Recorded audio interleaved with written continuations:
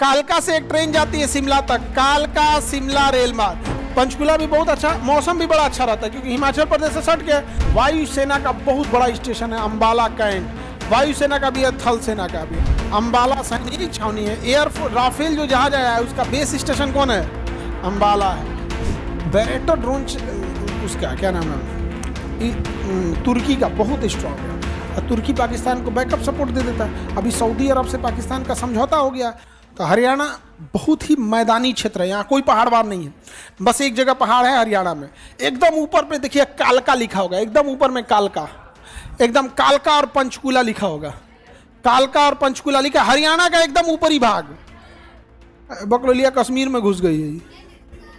हरियाणा का सबसे ऊपरी शहर कालका और पंचकुला मिला।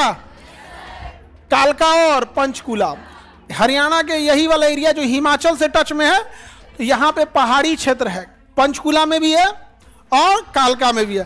कालका से एक ट्रेन जाती है शिमला तक, कालका शिमला रेल मार्ग। तो शिमला कहाँ है? हिमाचल। और कालका कहाँ है? हरियाणा। कालका कहाँ है? हरियाणा में।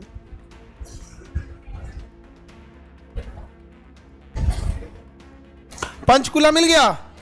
पंचकुला भी बहुत अच्छा, मौसम भी बड़ा अच्छा रहता है क्योंकि हिमाचल प्रदेश से सट के, अब हिमाचल में घुस जाओगे ठंडी के दिन में ना, इतनी बर्फबारी होती है कि हम लोग जैसा नॉर्मल आदमी जो मैदानी क्षेत्र का, यूपी बिहार झारखंड वाले लोग वहाँ नहीं सर्वाइव कर पाएंगे।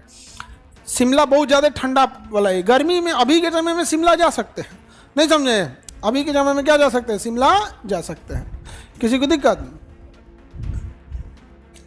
यहाँ हो गया, कालका पंचकुला मिल गया। किसी को कोई दिक्कत? चलिए उसके नीचे अगर आप देखेंगे तो मिलेगा आपको अंबाला। मिल गया अंबाला। वायुसेना का बहुत बड़ा स्टेशन है अंबाला कैंट।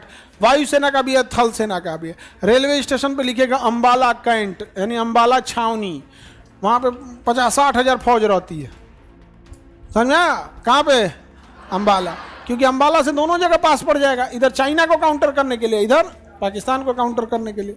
यहाँ पे तो कौन सा कैंट है भैया? अंबाला कैंट। अंबाला सैनिक छावनी है कि नहीं है? अंबाला सैनिक छावनी है। एयरफोर्स राफेल जो जहाज आया है उसका बेस स्टेशन कौन है? अंबाला है। तो जो राफेल आके कहाँ रखा गया है? अंबाला में है। अंबाला में राफेल जहाज, अपना राफेल। समझ में आ रहा है कि नहीं आ रहा है? अभी तो जो ज़माना आ गया युद्ध का, वो ड्रोन टेक्नोलॉजी पे शिफ्ट हो रहा है। क्योंकि ड्रोन में क्या है ना कि कोई मर रहा है, ड्रोन में तो कोई बैठा रहता नहीं है। ड्रोन में तो कोई नहीं बैठा है, गया 10 को फिर बन गया। ड्रोन में क्या भाई, आदमी जैसे एक पायलट मरा तो बहुत झमेला हो जाएगा, एक नया पायलट लाना होगा। पायलट का कैजुअलिटी जो है ना, उसमें कौन चाहिए? ड्रोन में पीछे 20 को फैक्ट्री लगल, एक को मरा है 500 बन गया पीछे। पीछे कितनी बड़ी फैक्ट्री लगी है यही डिपेंड करता है ड्रोन में। तो आज पूरी टेक्नोलॉजी ड्रोन चली गई। क्या हम रूस से भी ज़्यादा शक्तिशाली हो गए हैं? ये बात तो हकीकत है। हमारा सारा हथियार रूस से आया 80%। उस रूस को छोटका यूक्रेन ड्रोन के दम पे धूल चटा दिया, फंसा के रख दिया पूरी तरह से। और हम लोग ड्रोन के मामले में उतने एडवांस नहीं है जितना होना चाहिए। बैरेटो ड्रोन उसका क्या नाम है, तुर्की का बहुत स्ट्रांग है। और तुर्की पाकिस्तान को बैकअप सपोर्ट दे देता है। अभी सऊदी अरब से पाकिस्तान का समझौता हो गया। ये चट्टा यूक्रेन के इजराइल के डरे वो पाकिस्तान से समझौता कर लिया। इजराइल के डरे, इजराइल बड़ी मार मारा है पूरा। 57 मुस्लिम देश को ढोलक बजा दिया हुआ पे। कतर को मारा है ढम, इधर से यमन बोला ढम, ईरान बोला ढम, डे डम डमाडम डम बजा रहा है यहाँ पर। कोई नहीं, ईरान जवाब दिया था ठीक ठाक, लेकिन मार के उसके परमाणु बम के ठिकाने में तूर दिया। फिर ईरान धीरे से फोन कर दिया, तुम मत मारो नहीं तो तुम्हारा परमाणु बम का ठिकाना उड़ा देंगे। ईरान ठंडा हो गया। ईरान देख रहे हैं शांत हो गया कि नहीं? 57 का 57 देश बेचारा लुंगी पहन के भाग गया। हम बोलते हैं तो कहते हैं लोग कि खराब लग रहा है। भाई खराब लगे वाला हम बतिए बोल रहे हैं, खराब न लगे तो दिक्कत है।